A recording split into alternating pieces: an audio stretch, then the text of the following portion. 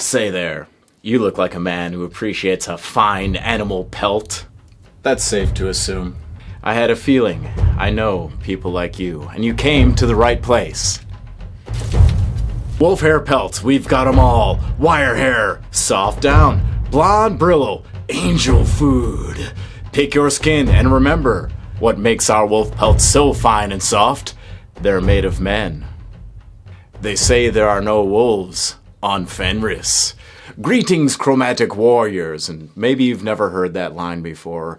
Odds are that you have, but if you don't know anything about the Space Wolves mythos, all of the failed Space Wolf prospects that they harvest from the frozen planet of Fenris, the gene seed does not take so well to each body, and some do become man-wolves. And then apparently the Space Wolves and the inhabitants of Fenris skin these man-wolves and wear these pelts as decoration. Brutal. I've extracted a moment as I was working along on this diorama Avalanche because I wanted to capture the wolf pelt as its own separate topic. Because it applies to more than just space wolves. There are many creatures that wear fur across the galaxy, and some of them are made of men. And you should be so lucky as to be the one wearing the pelt and not being the pelt. Let's get into it. To paint a perfect pelt. Now, first of all, you want a nice solid base coat, leather brown in this case. Feel free to experiment and try your own pelty tones. Once you have a little bit of a freshened up barrier of leather brown, I'll be using oak brown, darken up the center. It's kind of mimicking that deep stripe that runs down the wolf's back. We'll say the wolf's back is over the Terminator's back. Now I'm going to get a little bit tricky. Do a 3-part wet blend, so it's kind of refreshing that leather brown boundary. Let's take some Barren Dune. It's going to look cruddy at first, but have faith. Let's grab a little bit more. Don't worry. The only time I've ever really lost a model to paint is in the spray painting stage. You could push this, try to lay an absurd amount of paint down on the model and ruin it in the wet blending stage. I'm sure I believe in you, but seeing is believing. As you can see, I'm just getting a nice gentle blend up to a near Barren Dune. I'm not really losing any detail. I'm not. Sorry, that was just me being Midwestern. I'm not really, kind of, sorta. But just a nice, gentle lift to an ivory tone. Magnifique. Let's cover the rest of the pelt. Not bad, not bad. A mighty fine blend. Now, grab even a little bit more water. I have oak brown with a little bit of black mixed into it. And yeah, it's diluted down to a wash-like consistency, as you can see. And the radius is established with that oak brown, then it blends in with the leather brown. So everything I'm doing with this mixture, I want it to take place inside of that deeper oak brown radius. And I don't think this will be done with one simple pass. Sure, it looks nice when it's all wet and saturated. Let's take a peek after it's dry. There we are with that coat fully dry. I see some slight imperfections have popped up. So I want to make sure that I'm pulling the paint all in the same direction towards center mass of the upper back. That'd be wise. Make sure as I'm sweeping, the tip of my brush is pushing the paint into the recesses, sweeping through this texture. I just want to raise up the saturation. Probably give it one more hit after this dries. I'm liking that. Just want to push it a little bit further using pure black. It's diluted down in the same way, and I'm applying it the same way, making sure to thread it between all of the furs. There's a very tasteful amount of pure black. Moving right along, taking a thinned down coat of oak brown this time, saturating that boundary, cross into the black area just a little bit, but just applying a diluted mid-tone. And where it gets to the somewhat ivory area, I want to make sure that it's very thin, so kind of save those brush strokes for later. Here's what I mean. I lay down my initial load, get a much heavier amount of paint, and now as I'm running out, much less, much thinner. All right, let me keep that up. Back to sweeping. Okay, looking pretty neat. So now we have to highlight our individual hairs and follow this general progression. So I have a mixture of barren, blanked out for a second. I've got a mixture of leather brown and barren dune. See, I'm just attending to the outer rim of fur tones. And as I creep up further into the depths of darkness, I will also drop my highlight tone down, use a pure leather brown, and some areas I may want to hit it with the leather brown and then highlight it with my slightly lighter mixture. It's going to be a little bit of touch and go, see with your eyes, and adjust, but that is the stage that I'll be attending to before moving any further. Woo! These pelts are going fast. Sold them to some trappers upriver in Montreal. Thank you. But if you are still looking for more, check the links down below. Touch the like, touch the subscribe. Lay hands on the screen. I feel your blessing. Thank you. Back to the video.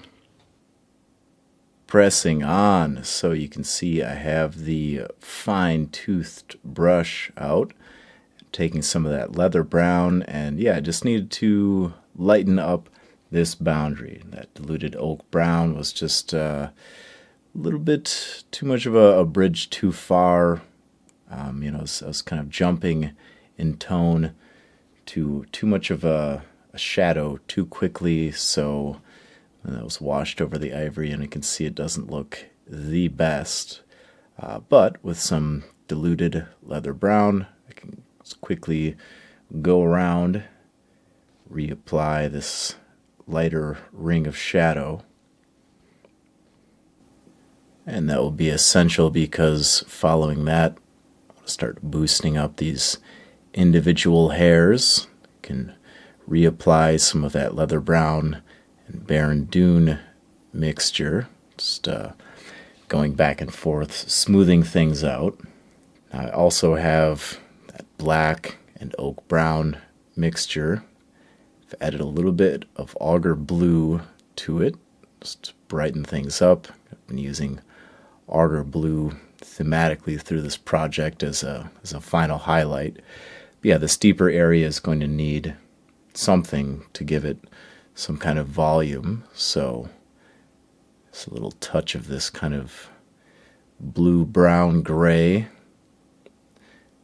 And once everything is looking just right, I'll come in with my final precise touches of auger blue.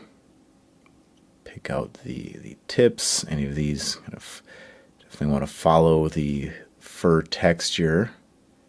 Pressing very, very lightly so I get a nice smooth lead up to that frosty tip. And it'll work for highlighting this deeper area, but apply it very, very minimally. You don't want to overwhelm this darkness with your brightest tone. Still from a distance, I want to have this shift in tone, but it'll also a little volume added to it. And as I'm working along, making these mixtures, I'll take some leather brown, brighten that up with the auger blue.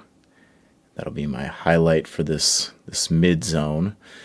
So you have kind of a cascade of highlights going, but it looks very nice, and thanks to all of those kind of washy glaze-like coats laying down in the crevices, it's very easy to pick up the protruding areas with a nice light touch and get everything highlighted up real pretty like.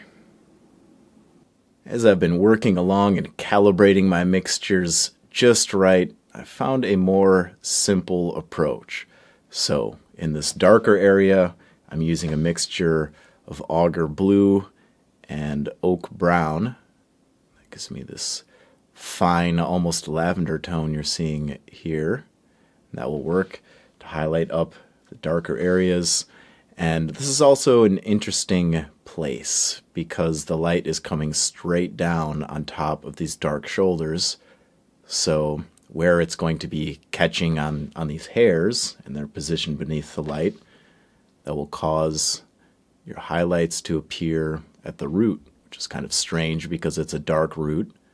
But just be sure that that deep crevice is showing. So you see, you still have that overall blend running over the surface, yet highlights occur. And also, just pulling things up around this outer brighter area on the tips with some barren dune. This previously is kind of shading down around that, so just want to pull everything up to a nice sharpened point. For that final touch, just a little kiss of that auger blue. You can see how the fade is playing out nicely. On the front, I already have some laid down, but it's going to be a game of saturation, repeating some of my highlights, so I get a nice sharp point to all of these wolf hairs. And let's take a look at the back and see how I'm navigating this cowlick of sorts. You have kind of the center of the pelt up there. And whoops, I kind of screwed that up a little bit, painting on camera. But you can see me just backing it down by repeating the previous color.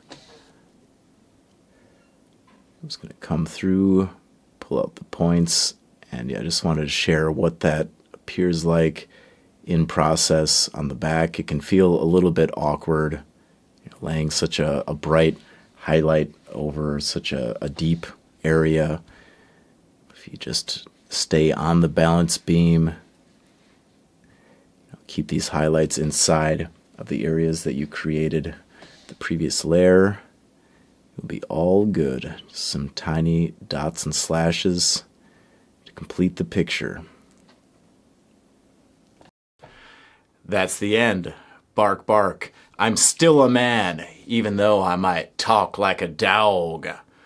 Had a lot of fun painting this, as always, and going into the micro details. I don't always push myself as hard on the painting, raising everything to the level it's at on this project, but these days were different when I captured the footage. So I hope you enjoyed, and I hope you learned something. There are many ways to tilt this in your favor. Consider changing the colors, consider adding stripes. There is more to the volumetrics and appropriate values in rendering fur than simply picking the right color for the ape or man thing you'd like to represent. So, what would you like to represent? What kind of hair are you? Let me know in the comments down below. And as I'm reading those, in until we meet again, remain unchained.